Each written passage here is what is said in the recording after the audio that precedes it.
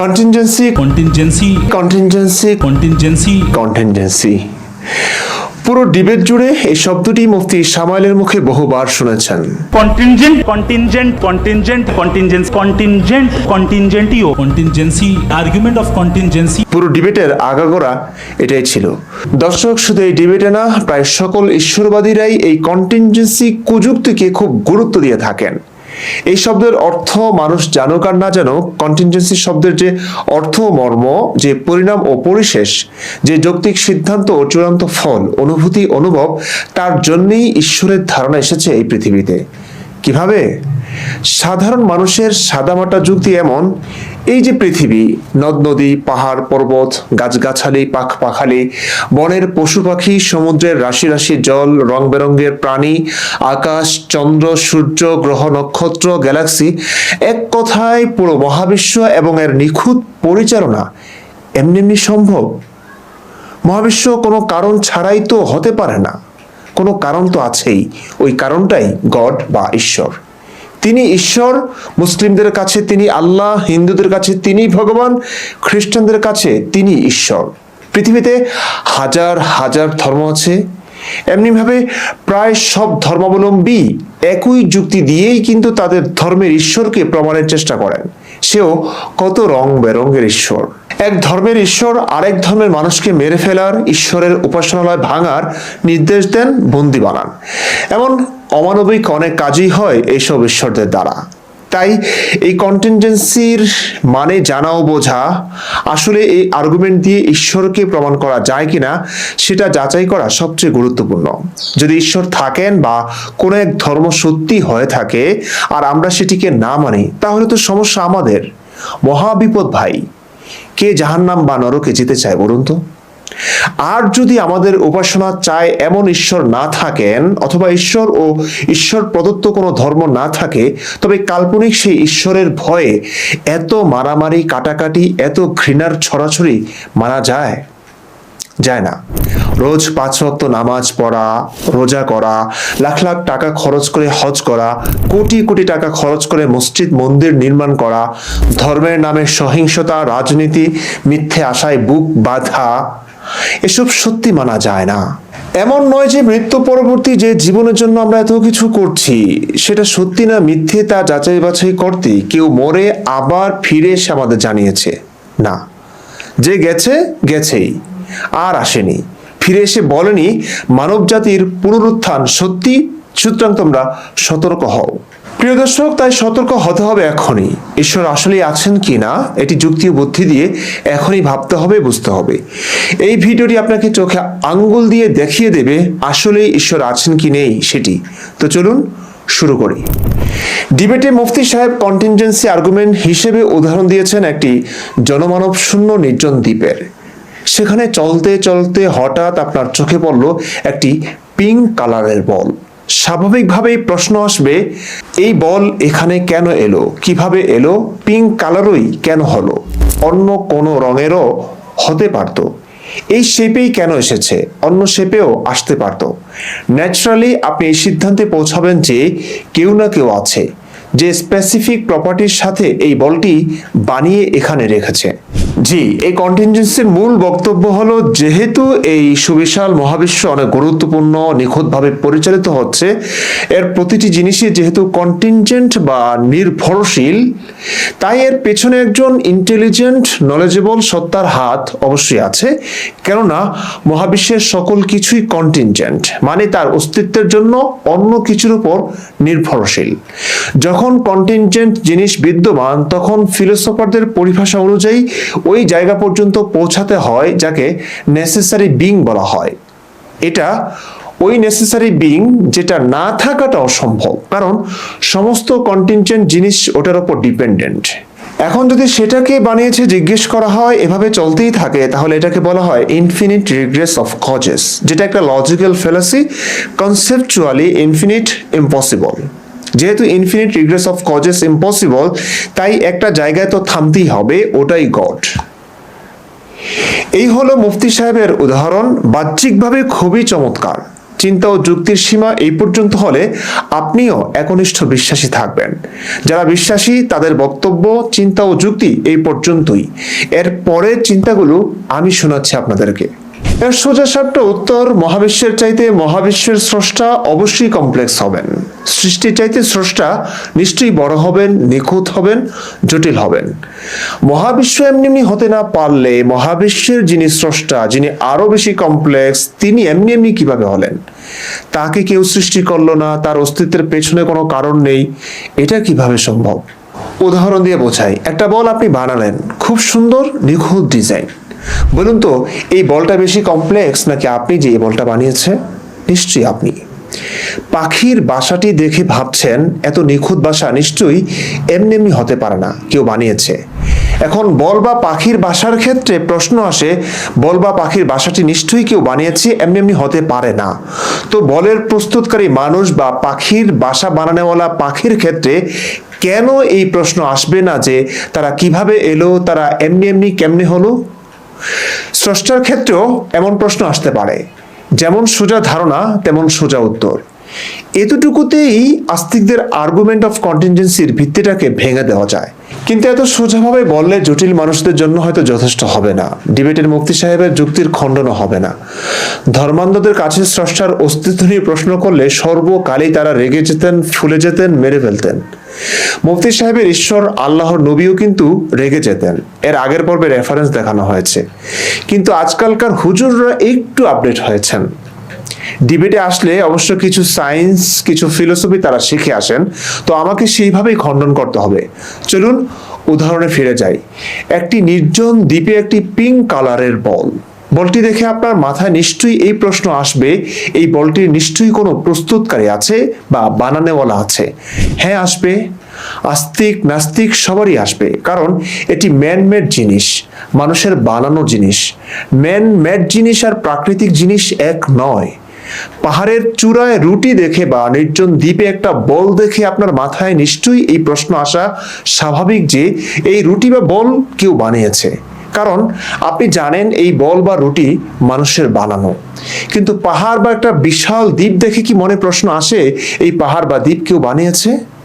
এগুলো কি কোনো মানুষের বানানো জিনিস? নিশ্চয়ই বলবেন না। তাহলে কে বানিয়েছে বা কিভাবে তৈরি হয়েছে? মুফতি সাহেবের বক্তব্য হচ্ছে এগুলো গড বানিয়েছে। আসলে কি তাই? সেটা বোঝার জন্যই এই ভিডিও। আপাতত বলি, মানুষ বা প্রাণীদের তৈরি সকল বস্তু এই মহাবিশ্বের অতি ছোট একটা অংশ, অত্যন্ত ছোট একটা অংশ।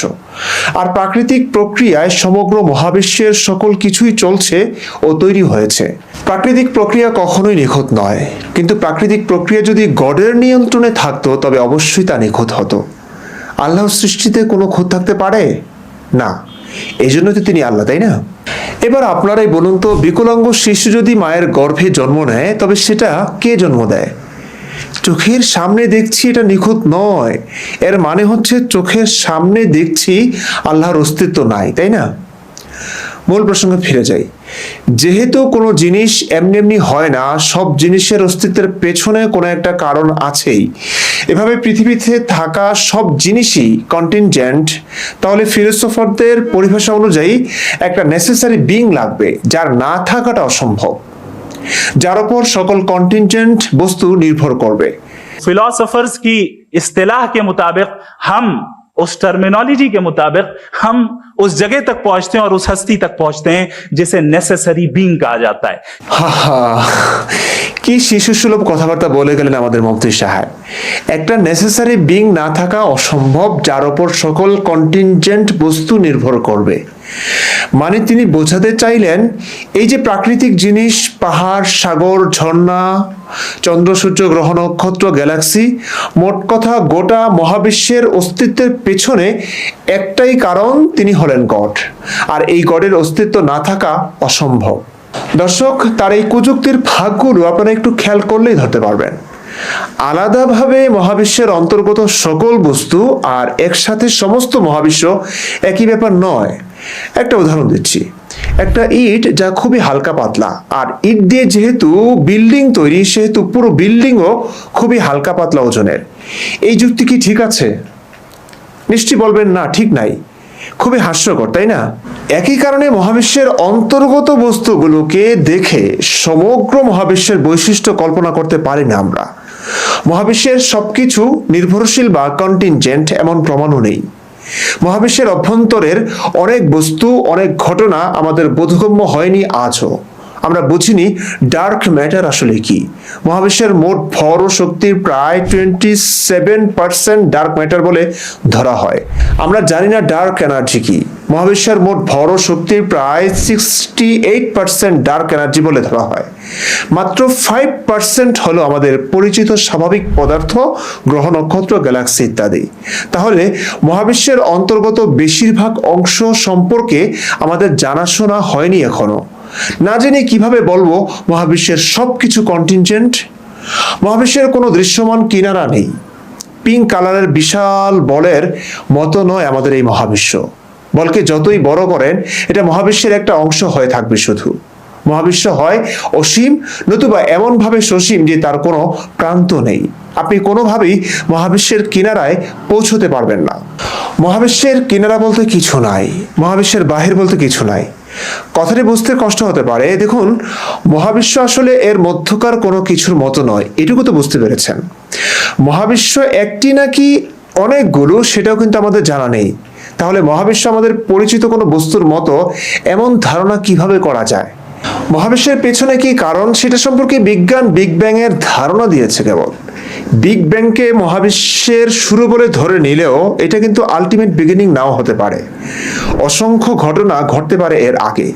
এগুলো জানার ও বোঝার জন্য আমরা বিজ্ঞানের দিকে তাকিয়ে আছি, কিন্তু বিজ্ঞানকে ডিঙিয়ে ঘাস খেতে গিয়ে গডকে নিয়ে এলে কোনো হিসাবে মিলবে না আসলে।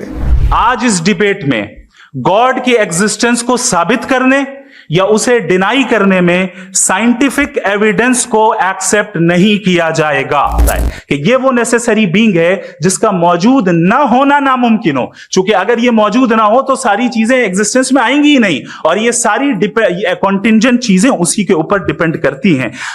আর হ্যাঁ মুফতি সাহেব, শুনেন, আমার বাবা মা আছে, আপনারও বাবা মা আছে, প্রতিটি মানুষের বাবা মা থাকে, কিন্তু পৃথিবীর সকল মানুষের বাবা মা একজন এমনটা না। নদীর ঢেউ পাড় ভাঙছে। পাড় ভাঙার কারণ কি? ঢেউ। অর্থাৎ পাড়ের ভাঙনটি ঢেউর উপর কন্টিনজেন্ট বা ডিপেন্ডেন্ট। ঢেউর কজ বা কারণ কি? বাতাস সহ নৌকা বা জাহাজ চলাচল, স্রোতের গতি বা বাধা, বৃষ্টি ইত্যাদির কারণ। অর্থাৎ একটি ঘটনার একাধিক কারণ থাকে বা থাকতে পারে, যেটি নিয়ে আলোচনা পরে করছি। আপাতত উদাহরণস্বরূপ বাতাসকে নিলাম ঢেউয়ের কজ হিসেবে। এখন একটু ভাবুন তো, ঢেউ পাড় ভেঙেছে সত্যি, ঢেউয়ের কারণ বাতাস, এটাও সত্যি, কিন্তু বাতাস কি পাড় ভাঙতে পারে? কিংবা পাড় ভাঙা কি বাতাসের উপর নির্ভরশীল বা কন্টিনজেন্ট? যা বোঝাতে চাইলাম, বাতাসের বৈশিষ্ট্য ঢেউয়ের বৈশিষ্ট্য থেকে ভিন্ন হতে পারে, যদিও ঢেউটি বাতাসের কারণেই সৃষ্টি হয়েছে। বিল্ডিংয়ের বৈশিষ্ট্য ইটের বৈশিষ্ট্য থেকে ভিন্ন হতে পারে, যদিও বিল্ডিংটি ইট দিয়ে তৈরি হয়েছে। তেমনি মহাবিশ্বে থাকা নানা জিনিসের বৈশিষ্ট্যকে স্বয়ং মহাবিশ্বের প্রতি অ্যাপ্লাই করে এই মূর্খতায় দেখিয়েছেন মুফতি সামাইল সাহেব। এটাকে ফ্যালাসি অফ কম্পোজিশন বলে। এটি এমন একটি যুক্তিগত ভ্রান্তি যেখানে অংশগুলোর কোনো গুণ আছে বলেই পুরোটার সেই গুণ আছে এটা ধরে নেওয়া হয়। কিছু উদাহরণ দিচ্ছি। রুম টেম্পারেচারে হাইড্রোজেন, অক্সিজেন বায়বীয় হয়, সুতরাং এই তাপমাত্রায় এদের থেকে তৈরি পানিও বায়বীয় হবে না, তা হয় না। আরেকটি দেই, প্রতিটি পরমাণু অদৃশ্য, তাই টেবিলও অদৃশ্য, কারণ তা পরমাণুর তৈরি। হাস্যকর, তাই না? তাহলে মহাবিশ্বের অন্তর্গত বস্তুদের বৈশিষ্ট্য সমস্ত মহাবিশ্বের উপর আরোপিত করতে পারি না আমরা যা বুঝলাম, মহাবিশ্বের অন্তর্গত বস্তুদের বৈশিষ্ট্য সমস্ত মহাবিশ্বের উপর আরোপ করা যায় না। বলের উদাহরণে দুইটা ভুল আছে। একে তো এটি ম্যানমেড জিনিস, ম্যানমেড আর প্রাকৃতিক জিনিস এক না। দ্বিতীয়ত মহাবিশ্বের মধ্যে থাকা এক জিনিসকে স্বয়ং মহাবিশ্বের সাথে তুলনা করাও একটি বড় ভুল। আমরা দেখলাম ঢেউকে বাতাস সৃষ্টি করলেও বাতাস কিন্তু ঈশ্বর নয়। ইট বিল্ডিং তৈরি করলেও তা পুরো বিল্ডিং এর ঈশ্বর বা মহা ক্ষমতাধর কেউ নয়। দর্শক, এতটুকু আশা করি ক্লিয়ার হয়েছেন যে একটা জিনিস আরেকটা জিনিসের উপর নির্ভরশীল হলেই নির্ভরশীল বস্তুটি ছোট হয়ে যায় না, এবং যার উপর নির্ভর করে সেটিও গড হয়ে যায় না। এটিও বুঝলেন সকল কন্টিনজেন্ট বা নির্ভরশীল বস্তুর বা ঘটনার কারণ একটাই হবে এমন কোনো কথা নেই। কোরআনে আল্লাহর একত্ব প্রমাণ করতে গিয়ে একটি যুক্তি দেওয়া হয়েছে, বলা হয়েছে একাধিক আল্লাহ থাকলে আসমান ও জমিন উভয় ধ্বংস হয়ে যেত। মানে আল্লাহর জাত হচ্ছে মানুষের মতো হিংসাকাতর আর ধ্বংসাত্মক। কয়েকজন মিলে একটি কাজ একসাথে করতে পারেন না বা আলাদাভাবে করতে পারেন না। একজন আল্লাহ একটা করে মহাবিশ্ব বানালেও তো চলে, কিন্তু সে বুদ্ধি তো তাদের নেই। মুফতি সাহেবের কাছে ইউনিভার্সের সকল জিনিসই কন্টিনজেন্ট, দৃশ্যমান সকল জিনিসই যেহেতু কন্টিনজেন্ট, তার মানে যা কন্টিনজেন্ট নয় তা দৃশ্যমান নয়, তা নন ফিজিক্যাল সুপার ন্যাচারাল। जबकि गॉड नॉन फिजिकल और सुपर नेचुरल रियलिटी है। তাকে দেখা যাবে না, ধরা ছোঁয়া যাবে না, কোনো যন্ত্র দিয়ে মাপা যাবে না। জি, মুফতি সাহেব এসবই বলেছেন ডিবেটে। হ্যাঁ, এমন অদ্ভুত জিনিসটাকে তিনি প্রমাণ করতে এসেছেন এবং ডিবেটের শুরুতেই বলেছেন তার সেই নন ফিজিক্যাল ইনডিপেন্ডেন্ট নেসেসারি বিং নামক গডকে প্রমাণ করবার ক্ষেত্রে ইম্পিরিক্যাল এভিডেন্স গ্রহণযোগ্য হবে না। गॉड के एग्जिस्टेंस पर एम्पेरिकल एविडेंस का मुतालबा करना एक बचकाना मुतालबा है। অথচ তিনি আবার বলেছেন যদি কোনো জিনিস কন্টিনজেন্ট না হয়ে থাকে তাহলে আমাকে দেখিয়ে দিন যে কোন জিনিস কন্টিনজেন্ট না। হ্যাঁ, মুফতি সাহেব নিজেই বলেছেন এম্পিরিক্যাল এভিডেন্স চলবে না, সায়েন্সকে ইনভলভ করা যাবে না, অথচ নিজেই প্রুফ চাইছেন, মানে নিজের বানানোর নিয়ম নিজেই ভাঙছেন। যা হোক, এখানে অনেক কথা। 2+2=4 এটা ইউনিভার্সের সব জায়গায় সত্য। যেহেতু এই সত্যতা কারো উপর নির্ভরশীল নয় এবং এই ঘটনার অন্যথা সম্ভব নয়, তাই এটা কন্টিনজেন্ট না এবং এটা নেসেসারি ট্রুথ হওয়া সত্ত্বেও গড না। কন্টিনজেন্সি আর্গুমেন্টে আরেকটি গুরুত্বপূর্ণ ব্যাপার আসে, সেটি হলো ইনফিনিট রিগ্রেস অফ কজেস। জিনিসটা কি? কন্টিনজেন্সি আর্গুমেন্টের সার কথা এই, মহাবিশ্ব কোনো কারণ ছাড়াই তো হতে পারে না, কোনো কারণ তো অবশ্যই আছে, সেই কারণটাই হলো গড। যেমন বৃষ্টির কারণ কি? জলীয় বাষ্প। জলীয় বাষ্প যখন মেঘের আদলে ঘনীভূত হয়ে যায় তখন ফোঁটা ফোঁটা করে বর্ষিত হতে থাকে। এখন প্রশ্ন, জলীয় বাষ্প কোথা থেকে আসে? এর কারণ কি? সূর্যের আলো যখন পৃথিবীকে গরম করে দেয় তখন পৃথিবীতে থাকা পানি বায়ুমণ্ডলে জলীয় বাষ্পরূপে উঠে যায়। এখন প্রশ্ন, সূর্যের উষ্ণতা কোথা থেকে আসে? নিউক্লিয়ার ফিউশন থেকে। এটাকে কজ এন্ড ইফেক্ট চেইন বলে। আর্গুমেন্ট অফ কন্টিনজেন্সি বলে এভাবেই যদি আমরা লাগাতার পেছনে যেতে থাকি অবশেষে কোথাও না কোথাও আমাদের থামতে হবে। এই চেইন ইনফিনিটি বা অসীমতা পর্যন্ত তো জারি হতে পারে না। যদি এভাবেই হয় তাহলে দুনিয়া অস্তিত্বে আসতো না। সুতরাং ইনফিনিট রিগ্রেস অফ কজেস যেহেতু সম্ভব না, সেহেতু এমন এক নেসেসারি কজ লাগবে যেখানে আমরা থেমে যাব, ওই কজটাই খোদা। অর্থাৎ মুফতি সাহেবের দাবি ইনফিনিট রিগ্রেস অফ কজেস সম্ভব না। प्रैक्टिकली रियलिटी में साबित करके दिखाएं कि infinite regress of causes possible है या नहीं। अगर पॉसिबल है तो हम मान लेंगे, मिसाल दे दें, और पॉसिबल नहीं है तो एक ही ऑप्शन बचता है जिसे हम कहते हैं नेसेसरी बीइंग। হ্যাঁ, আপনার ক্লেম এটি সম্ভব না, তো প্রুফ আপনি করে দেখান। গডের মতো এখানেও বার্ডেন অফ প্রুফ থেকে আপনি পালাচ্ছেন মুফতি সাহেব। যদি কিছু দাবি করেছেন তো প্রুফ আপনি করে দেখাবেন। দুনিয়ার কোন কিতাবে আছে এটি লজিক্যাল ফ্যালাসি? কন্টিনজেন্সি আর্গুমেন্টের পুরো কাঠামো এই অনুমানের উপর দাঁড়িয়ে আছে যে ইনফিনিট রিগ্রেস অফ কজেস অসম্ভব, কিন্তু এটি প্রুফ হয়নি, শুধু অ্যাজাম্পশন। গণিতের মতো ইনফিনিট সেট থিওরি আর আধুনিক কসমোলজির সাইক্লিক ও ইটারনাল মডেলগুলো দেখায় যে ইনফিনিট রিগ্রেস অফ কজেস কোনো যৌক্তিক ভুল নয়। ঈশ্বরবাদীদের যুক্তি হলো সব কিছুর আগে অবশ্যই একটা প্রথম কারণ থাকতে হবে, কেননা কারণের পর কারণ অনন্ত হতে পারে না। কিন্তু সমস্যা হলো অনন্ত হওয়াটা নিজেই কোনো ভুল নয়। গণিতে আমরা অসীম সংখ্যার কথা বলি, সেখানে কোনো লজিক ভেঙে যায় না। আগেই বলেছি বিজ্ঞানেও এমন মহাবিশ্বের মডেল আছে যেখানে কোনো শুরু নেই, সব সময় ছিল বা বারবার চলতে থাকে। সেখানেও কারণের ধারা অনন্ত হলেও সেটাকে ভুল বলা যায় না। তাই যতক্ষণ কেউ প্রমাণ করতে না পারে যে অনন্ত জিনিস যৌক্তিকভাবে অসম্ভব, ততক্ষণ অবশ্যই প্রথম কারণ দরকার বলা যায় না। এবার চলুন দেখি ইনফিনিট রিগ্রেস অফ কজেস অসম্ভব কিনা। ধরুন একটা আয়না আছে, আয়নায় আপনি নিজের ছবি দেখছেন। এখন সেই আয়নার সামনে আরেকটা আয়না রাখলেন, তখন কি হবে? আয়নায় আয়নার ছবি, সেই ছবির ভিতর আবার আয়নার ছবি, তার ভিতর আবার আয়নার ছবি, এভাবে ছবি চলতেই থাকে, শেষ হয় না। এখন লক্ষ্য করুন, এখানে কোনো লজিক কিন্তু ভাঙছে না, কেউ বলছে না এটা অসম্ভব। ইনফিনিট রিফ্লেকশন স্বাভাবিকভাবেই ঘটে। এখন এই উদাহরণটা যুক্তির সাথে মিলিয়ে দেখুন। যদি বলা হয় এমন কিছু থাকতে পারে না যার মধ্যে অনন্ত চেইন আছে, তাহলে আয়নার এই ঘটনাটাই অসম্ভব হতো, কিন্তু বাস্তবে আমরা জানি এটা সম্ভব। তাই সহজ কথায়, যদি আয়নার ভেতর আয়নার মতো অনন্ত ধারাবাহিকতা সম্ভব হয়, তাহলে শুধু অনন্ত মানেই ভুল বলে ইনফিনিট রিগ্রেস বাতিল করা যায় না। আর যদি ইনফিনিট রিগ্রেস বাতিল না করা যায়, তাহলে অবশ্যই প্রথমেই কিছু থাকতে হবে, এই দাবি আর লজিক্যাল বাধ্যবাধকতা থাকে না। দর্শক, মাথা যদি এলোমেলো হয়ে যায়, তাহলে সহজ একটা উদাহরণ দিচ্ছি। ঈশ্বরবাদীদের দাবি মতে ইনফিনিট রিগ্রেস অফ কজেস তখন অসম্ভব যখন কজ এন্ড ইফেক্টের চেইন সরল রৈখিক হবে। কিন্তু চেইন সরল রৈখিক হওয়াটা কি খুব জরুরি? কারণের ধারাটি সবসময় সোজা লাইনের মতো হতে হবে এমন নয়, এটা গোল বা চক্রাকারেও চলতে পারে। ধরুন, এ কারণে বি ঘটে, বি থেকে সি ঘটে, সি থেকে ডি ঘটে, এভাবে কারণের ধারা চলতেই থাকে। শেষে গিয়ে দেখা গেল জেড আবার এ কে প্রভাবিত করে, তখন পুরো ঘটনাটা আবার শুরু হয়ে যায়। এইভাবে কারণগুলো একটার পর একটা ঘুরে ফিরে চললে এর কোনো একেবারে প্রথম শুরু দরকার হয় না। এই ধরনের ধারণাকেই বলা হয় চক্রাকার মহাবিশ্ব, সাইক্লিক ইউনিভার্স, যেখানে শেষ মানেই আবার নতুন করে শুরু। গড যেভাবে শুরু থেকেই ছিলেন, সর্বদা থাকবেন বলে দাবি করা হয়, তেমনি সাইক্লিক ইউনিভার্স সর্বদা কেন থাকতে পারে না?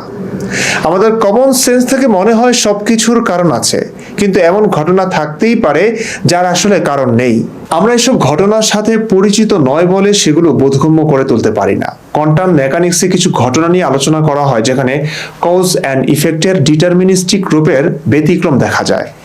কিছু ঘটনা লক্ষ্য করা হয়েছে যেগুলোর কোনো নির্দিষ্ট পূর্ব কারণ নেই যা ফল নির্ধারণ করে, যেমন রেডিও অ্যাক্টিভ ডিকে বা তেজস্ক্রিয় ক্ষয়, স্পন্টেনিয়াস ইমিশন, ভ্যাকুয়াম ফ্লাকচুয়েশনস ইত্যাদি। তাহলে কিভাবে বলতে পারি সকল ঘটনার অবশ্যই কারণ আছে? এখানে নেসেসারি বিং এর চাইতে বেশি ইম্পর্টেন্ট ওয়ার্ড হচ্ছে বিং। নেসেসারি বিং কেন, নেসেসারি থিং কেন হতে পারে না ভাই? ধরেন মহাবিশ্ব তৈরির পেছনে প্রথম কারণ হিসেবে একটা নেসেসারি বিং বা প্রয়োজনীয় সত্তা মেনে নিলাম, তাহলে সেই নেসেসারি বিং মানেই কেন ঈশ্বর হবে? অন্য কিছু কেন হতে পারে না? অনেক ফিলোসফার, অনেক অ্যাথিস্ট এটাকে মানেন না। আইনস্টাইন পার্সোনাল গড বা ব্যক্তি ঈশ্বর বিশ্বাসী ছিলেন না। ব্যক্তি ঈশ্বর হচ্ছে সেই গড যার কাছে প্রার্থনা করা যায়, যে উপাসনা পেলে খুশি হয়। একটা নেসেসারি মানা যায়, অনেক অপশন আছে এখানে যেগুলো গ্রহণ করা যেতে পারে। প্রশ্ন হলো নেসেসারি বিং কেন, থিং কেন নয়? নেসেসারি বিং বা থিং যাই হোক না কেন, সেই জিনিসটা গড হবে কেন? কিভাবে? গডের গুণাবলী আমরা কিভাবে জানবো? গডকে বুঝবো কিভাবে? আসলে একটা প্রশ্ন করি, গড কি দিয়ে তৈরি? পদার্থ নাকি শক্তি? যদি দুটোর একটা হয় তবেই সেটা শিরক হয়ে যায়। তাহলে গড তো বস্তু জগতের ঊর্ধ্বে অবস্থান করতে পারলো না, সে বস্তু জগতের ভিতরের কিছু একটার মতো হয়ে গেল। তাই তাকে বস্তু জগতের ঊর্ধ্বে স্থান দিলাম, এমনকি স্থান কালের ঊর্ধ্বে স্থান দিলাম। তাহলে সে কি আমাদের বোধগম্য থাকলো? উত্তর না। মহাবিশ্বে আমরা শুধু পদার্থ আর শক্তি সম্পর্কে পরিচিত, এগুলোর বাইরে কিছু থাকলে তার অস্তিত্ব সম্পর্কে আমরা মোটেও ধারণা করতে পারি না। নেসেসারি বিং বলার পেছনে মতলব কি তা বোঝা কঠিন নয়, কেননা বিং বলার দ্বারা এখানে যে কেউ তার গডকে বসিয়ে দিতে পারে। মুফতি সাহেব তো তার ধর্মের গড অর্থাৎ আল্লাহকে এখানে বসানোর জন্য খানিক ফিলোসফি শিখে এসেছেন। এই একই রকম ফিলোসফি দিয়ে আরেক ভাইকে দেখলাম তার ধর্মের গড অর্থাৎ ভগবানকে প্রমাণ করছেন। যদি সত্যি কোনো নেসেসারি বা অপরিহার্য কিছু থাকতে হয়, তাহলে সেটা যে অবশ্যই ঈশ্বরই হতে হবে এমন কোনো বাধ্যতামূলক যুক্তি নেই। সেই নেসেসারি জিনিসটি এনার্জি হতে পারে, অথবা ইউনিভার্স নিজেই নেসেসারি হতে পারে যার কোনো বাইরের কারণ দরকার নেই, অথবা এমনও হতে পারে যে মহাবিশ্বের কোনো অপরিহার্য বাস্তবতা আছে যেটা সম্পর্কে আমরা এখনো জানি না সেটা কি। একে বলা যায় অজানা নেসেসিটি বা অ্যাগনস্টিক নেসেসিটি। সমস্যা হলো একটা নেসেসিটি আছে এই কথাটা মেনে নিয়েই অনেকে সেখানে নিজেদের ধর্মের নির্দিষ্ট ঈশ্বরকে বসিয়ে দেন, কিন্তু শুধু নেসেসিটি থাকার কথা থেকে সরাসরি কোনো নির্দিষ্ট ধর্মীয় ঈশ্বরের অস্তিত্ব প্রমাণ হয় না। এটা যুক্তির নয়, নিছক বিশ্বাসের দাবি। কোনো কিছুর একটা সংজ্ঞা বা ব্যাখ্যা দিয়ে ফেললেই সেটা বাস্তবে অস্তিত্বশীল এমন প্রমাণ হয় না। আপনি একটা কনসিস্টেন্ট ডেফিনেশন দিতে পারেন গডের, কিন্তু এমন ডেফিনেশন তো 4 ডানা বিশিষ্ট গাধারও দেওয়া সম্ভব। কন্টিনজেন্ট আর্গুমেন্টে ফার্স্ট কজ বা নেসেসারি বিং ধরে বিশ্বাসীরা তাকে গড বানান, সেই গড আবার নন ফিজিক্যাল, সুপার ন্যাচারাল। ডিবেটে মুফতি সাহেবও বলেছেন গড নন ফিজিক্যাল। যৌক্তিকতাও আছে অবশ্য, ফিজিক্যাল থিং তো কন্টিনজেন্ট। ফিজিক্যাল ওয়ার্ল্ড পর্যন্ত যেতে যেতে নন ফিজিক্যাল পর্যন্ত যাব, সেই নন ফিজিক্যাল সত্তা ফিজিক্যাল ওয়ার্ল্ডকে বানিয়েছেন। এখানে সবচেয়ে বড় দুটি প্রশ্ন চলে আসে। এক, মুফতি গডকে নন ফিজিক্যাল সুপার ন্যাচারাল কোন জিনিসের ভিত্তিতে বলে দিলেন? প্রশ্ন 2, যদি তিনি নন ফিজিক্যালি হয়ে থাকেন তাহলে নন ফিজিক্যাল হয়ে ফিজিক্যাল ওয়ার্ল্ডকে কিভাবে বানালেন? প্রথম প্রশ্নে আসি, কোন জিনিসের প্রপার্টির ব্যাপারে কোনো জিনিসের ঘোষণা করবার আগে কোনো ইনফরমেশন তো আমাদের থাকা উচিত। কিসের ভিত্তিতে বলা যায় গড সুপার ন্যাচারাল নন ফিজিক্যাল? কি প্রমাণ আছে? সেই তো বিশ্বাস, যুক্তি প্রমাণের কোনো বালাই নাই এখানে। তো বিশ্বাসী যখন করে নিবেন তাহলে এত কুযুক্তি নিয়ে এসে তেরা পেছানোর কি দরকার ভাই? গডের অস্তিত্বের প্রশ্নে মুফতি সাহেব বলেছেন তিনি তো টাইম এন্ড স্পেস ক্রিয়েট করেছেন, তো টাইম এন্ড স্পেসের মধ্যে তিনি কিভাবে থাকবেন, কেন থাকবেন? হা, এই প্রশ্নের উত্তর জাবেদ আক্তারই দিয়েছেন। তাহলে কেন বলেন তিনি সর্বদা আছেন, সর্বদা থাকবেন? সর্বদা তো সময়ই। এর জবাব মুফতি সাহেব কিন্তু দেননি। যা হোক, প্রশ্ন হলো গড নন ফিজিক্যাল কেন? শুধু এই কারণে যে আপনার মনে কোনো জিনিসের অস্তিত্বের ব্যাপারে কোনো চিন্তা বা কল্পনা আছে, কিন্তু আপনার কাছে তা প্রমাণ করবার কোনো এম্পিরিক্যাল এভিডেন্স বা পর্যবেক্ষণযোগ্য কোনো প্রমাণ নেই, তাহলে বলে দিলেন যে তা নন ফিজিক্যাল সুপার ন্যাচারাল? এই যুক্তিতে তো এরকম সকল জিনিসকে প্রমাণ করা যায় যার অস্তিত্ব শুধু আমাদের কল্পনায় আছে, যেমন জিন, ভূত, পরী ইত্যাদি। প্রমাণ? বললাম তা নন ফিজিক্যাল সুপার ন্যাচারাল, যার অস্তিত্ব কোনো মেটাল ডিটেক্টর দিয়ে শনাক্ত করা যাবে না। কেউ বলতে পারেন জিন বা পরীর অস্তিত্ব থাকা না থাকা কোনো অত্যাবশ্যক বিষয় না, কিন্তু স্রষ্টার অস্তিত্ব জরুরি, কারণ ঈশ্বর না থাকলে এই মহাবিশ্ব থাকতো না। অর্থাৎ ঈশ্বরের অস্তিত্বকে মহাবিশ্বের অস্তিত্বের শর্ত হিসেবে ধরা হয়। যদি ধরি ঈশ্বরের অস্তিত্ব মহাবিশ্বের অস্তিত্বের জন্য জরুরি ছিল, তাহলে পরিষ্কার যে ঈশ্বর মহাবিশ্বকে কোনোভাবে প্রভাবিত করেছেন, কারণ প্রভাব না করলে সৃষ্টি সম্ভব না। কিছু সৃষ্টি মানেই সেখানে কোনো না কোনো ধরনের প্রভাব থাকা।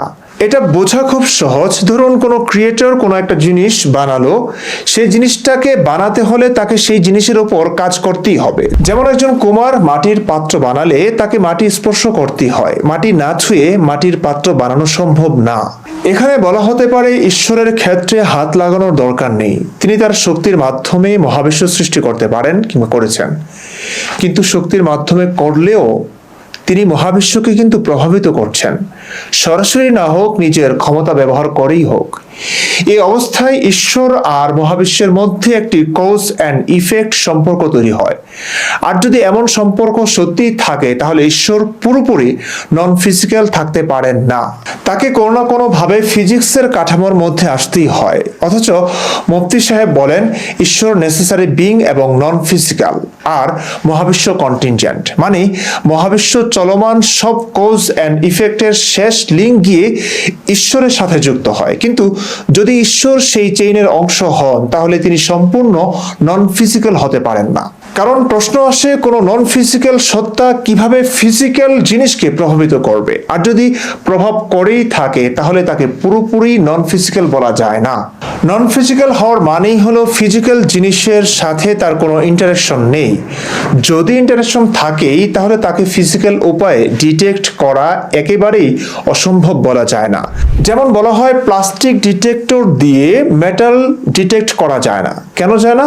কারণ প্লাস্টিক মেটাল ডিটেক্টরের সেন্সরের সাথে ইন্টারঅ্যাক্ট করে না কিংবা করতে পারে না। যদি করতো তাহলে ডিটেক্ট হয়ে যেত। এখন সমস্যা হলো, একদিকে বলা হচ্ছে ঈশ্বর নন ফিজিক্যাল এবং নেসেসারি বিং, আবার বলা হচ্ছে তিনি মহাবিশ্বকে অস্তিত্বে এনেছেন। কিন্তু নন ফিজিক্যাল হলে মহাবিশ্বের সাথে তার ইন্টারাকশনই অসম্ভব হওয়ার কথা। আর যদি বলা হয় না ইন্টারাকশন সম্ভব, তাহলে প্রশ্ন আসে তিনি নন ফিজিক্যাল হলেন কিভাবে? এই জায়গাতেই যুক্তির সমস্যা দেখা দেয়, যেটা ডিবেটের সমাধান হয়নি। এই কারণে এই যুক্তিটাকে লজিক্যাল ফ্যালাসি বলা যায়। বিশেষ করে স্পেশাল প্লিডিং মানে নিজের দাবির জন্য আলাদা নিয়ম বানানো। বলা হচ্ছে এই ক্ষেত্রে বিজ্ঞান দিয়ে মাপা যাবে না, প্রমাণ চাইতে পারে না, প্রশ্ন করা যাবে না, সবকিছুর জন্য কজ অ্যান্ড ইফেক্ট লাগবে, কিন্তু আমাদের কেসে লাগবে না, কারণ আমাদের কেস স্পেশাল। অর্থাৎ যা বলা হচ্ছে সেটা প্রশ্ন ছাড়াই মেনে নিতে হবে।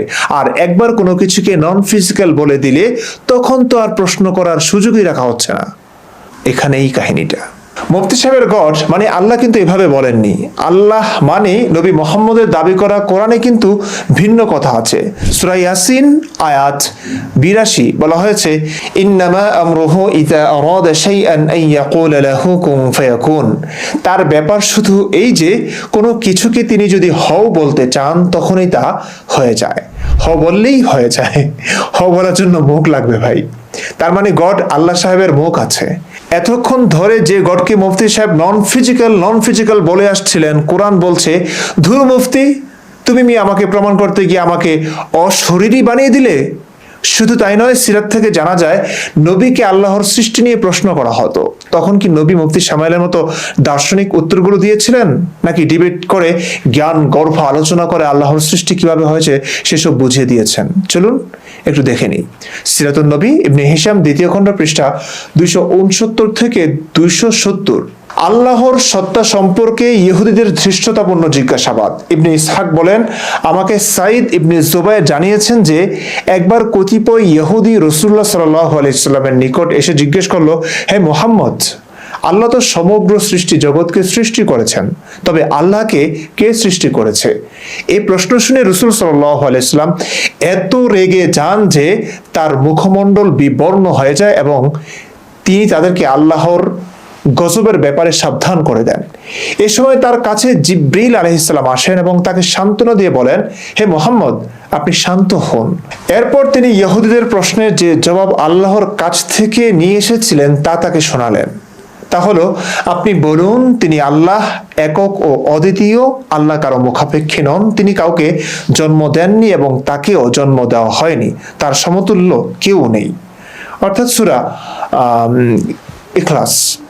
রাসূলুল্লাহ সাল্লাল্লাহু আলাইহি সাল্লাম সমবেত ইহুদিদের সামনে উপরোক্ত সূরা পড়ে শোনানোর পর তারা বলল, হে মুহাম্মদ, আপনার এই বক্তব্য না হয় বুঝলাম, এখন বলুন তার আকার আকৃতি কেমন, তার হাত কেমন, তার বাহু কেমন?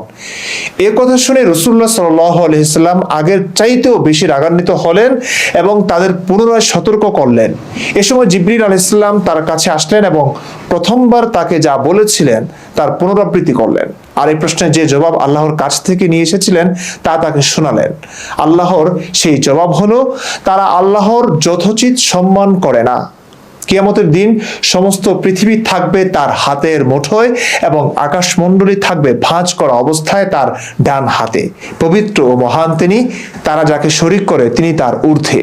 ইবনে ইসহাক বলেন, আমার নিকট বনু তাইমের আজাদকৃত গোলাম উবা ইবনে মুসলিম আবু সালমা ইবনে আব্দুর রহমান থেকে বর্ণনা করেছেন যে আবু হুরায়রা রাদিয়াল্লাহু তাআলা আনহু বলেন, আমি রাসূলুল্লাহ সাল্লাল্লাহু আলাইহি ওয়াসাল্লামকে বলতে শুনেছি, এমন একদিন আসবে যখন লোকেরা পরস্পরে নানা রকমের জিজ্ঞাসাবাদ করবে। এমনকি কেউ এরূপ প্রশ্ন করবে যে আল্লাহ তো সমগ্র সৃষ্টির স্রষ্টা, কিন্তু আল্লাহকে কে সৃষ্টি করেছে?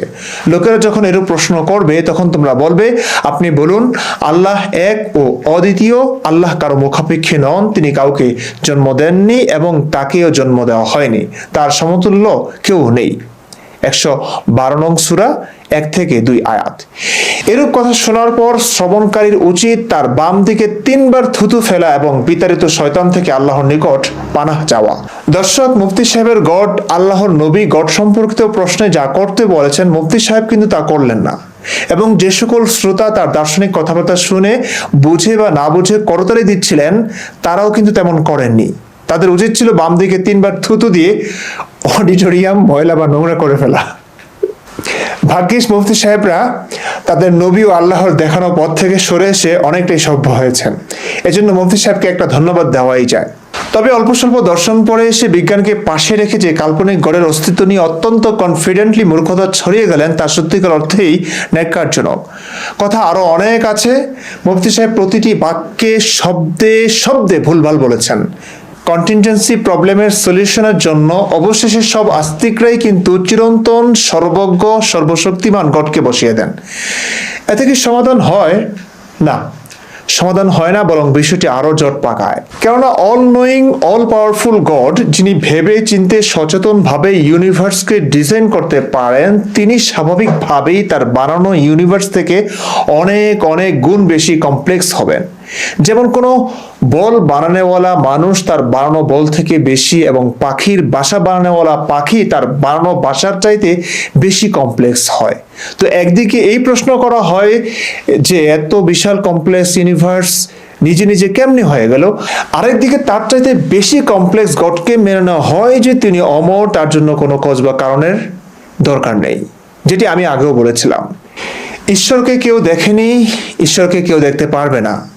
ঈশ্বর জন্ম কেমনে হলো, কবে হলো, কিভাবে সর্বশক্তিমান হলেন, কিভাবে তিনি সর্বজান্ত হলেন, সব প্রশ্নের কোনো উত্তর নেই, ব্যাখ্যা নেই, জানা নেই কারো।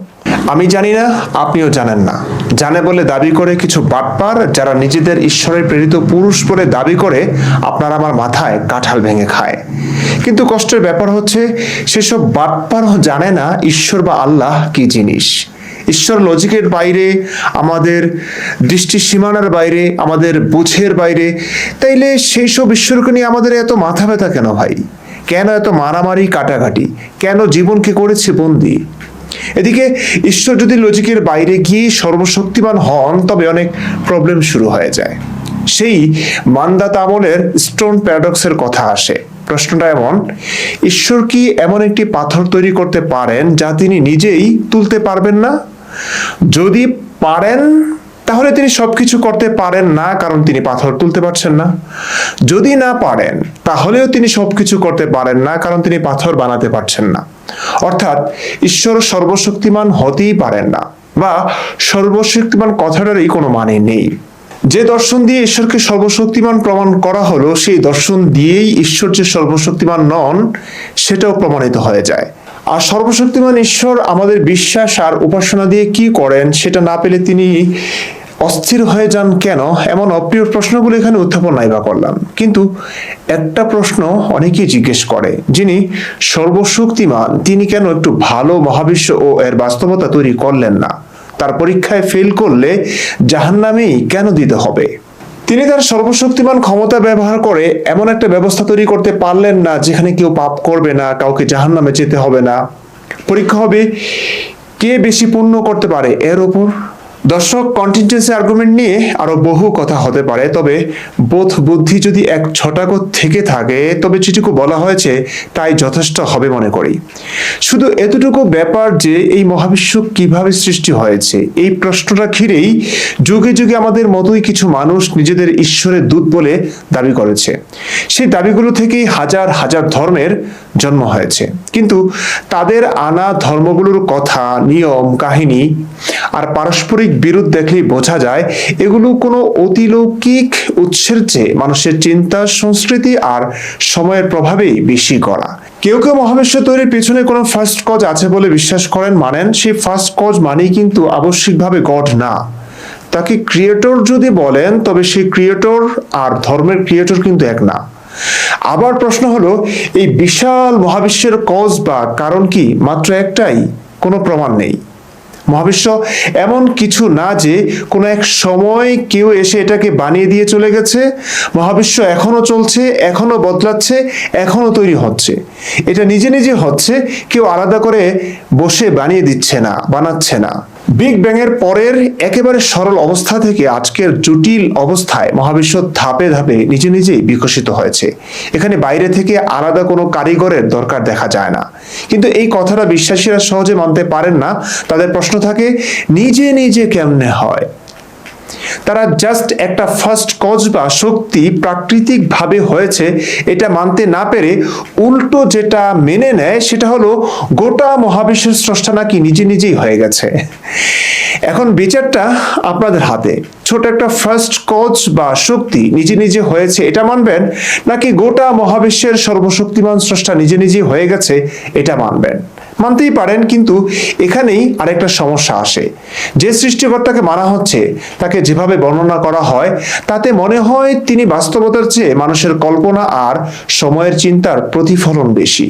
কোরআনের আয়াত পড়ছি, সূরা হুদ আয়াত 7, বলা হয়েছে, আর তিনি আসমান সমূহ ও জমিন সৃষ্টি করেছেন 6 দিনে, আর তার আরশ ছিল পানির ওপর, যাতে তিনি পরীক্ষা করেন কে তোমাদের মধ্যে আমলে সর্বোত্তম। আর তুমি যদি বলো মৃত্যুর পর নিশ্চয়ই তোমাদেরকে পুনরুজ্জীবিত করা হবে, তবে কাফেররা অবশ্যই বলবে এ তো শুধুই স্পষ্ট জাদু। অর্থাৎ আল্লাহ তাআলার সৃষ্টি শুরু হওয়ার পূর্বে তার আরশ পানির ওপর অবস্থিত ছিল।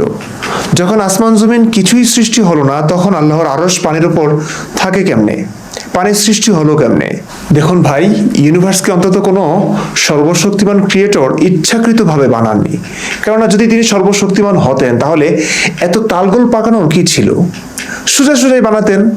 এটা কেমন কথা যে প্রায় 13.8 বিলিয়ন বছর আগে বিগ ব্যাং ঘটে। বিগ ব্যাং এর প্রায় 9 বিলিয়ন বছর পর, অর্থাৎ প্রায় 4.6 বিলিয়ন বছর আগে আমাদের সৌরজগৎ গঠিত হয়। সৌরজগৎ গঠনের বহু পরে পৃথিবীতে দীর্ঘ বিবর্তনের পর প্রায় 3 লক্ষ বছর আগে আধুনিক মানুষ অর্থাৎ হোমোসেপিয়েন্স আবির্ভূত হয়, আর মাত্র কয়েক হাজার বছর আগে আসমানি কিতাব আসতে থাকে, নাজিল হতে থাকে। হয়তো বর্তমান জীবন রূপগুলো সহ সরাসরি পৃথিবী সৃষ্টি করে দেওয়ার ফর্মুলা সর্বশক্তিমান ঈশ্বরের কাছে ছিল না। ইউনিভার্সকে এই লম্বা ইভলিউশনের সাথে অতিক্রম করা হয়তো তার অক্ষমতা ছিল, যার 99.999% অন্তত আমাদের জন্য অর্থহীন ছিল। মুফতি সাহেব সায়েন্স বোঝেন না, বুঝলেও সেটা কেবল ধর্ম ব্যবহারের ক্ষেত্রে যেটুকু বোঝা দরকার সেটুকুই বোঝেন। ওনার সামনে ক্যামেরা, মাইক্রোফোন, যে প্ল্যাটফর্মে এই ডিবেট প্রকাশিত হলো, উনিও আজে বাজে গলাবাজি করে মূর্খ ধর্মান্ধদের কাছে জনপ্রিয় হলেন। সেই ইউটিউব, ফেসবুক সবই তো সায়েন্সের আবিষ্কার, তাই না? অথচ ডিবেটের শুরুতেই সায়েন্সকে রোল আউট করে দিয়েছেন ঈশ্বরকে প্রমাণের ক্ষেত্রে। একসময় মানুষ মহাবিশ্ব সম্পর্কে বলতে গেলে প্রায় কিছুই জানতো না। বিজ্ঞান আমাদের জানার জগৎকে বিশাল করেছে। আজ আমরা জানি পৃথিবীর সকল জীব একটা সাধারণ পূর্বপুরুষ থেকে বিবর্তনের মাধ্যমে এসেছে। আমরা জানি মহাবিশ্বের উদ্ভবের পেছনে বিগ ব্যাং নামক একটা ঘটনা আছে। মহাবিশ্ব খুব ছোট অবস্থা থেকে বর্তমান অবস্থায় এসেছে। ভবিষ্যতে আমরা মহাবিশ্বকে আরো ভালোভাবে বুঝতে পারবো, আরো অনেক কিছু জানতে পারবো। সে পর্যন্ত আমরা বিজ্ঞানের সাথে থাকি, বিজ্ঞানকে এগিয়ে যেতে সহায়তা করি। তা না করে মুফতি সাহেবের মতো আন্দাজে যুক্তি ও বুদ্ধির ধার না ধরে কাউকে গড বানিয়ে ব্যবসা শুরু করলে আমাদের সাথে কথা বলতে হবে। এই ভিডিওর আগের পর্বটিও দেখতে হবে, সামনে 3য় পর্ব আপলোড হবে, সেটিও দেখতে হবে। ততক্ষণ অবধি ভালো থাকুন, সুস্থ থাকুন। দীর্ঘ ভিডিওটি দেখার জন্য, বোঝার জন্য অসংখ্য ধন্যবাদ।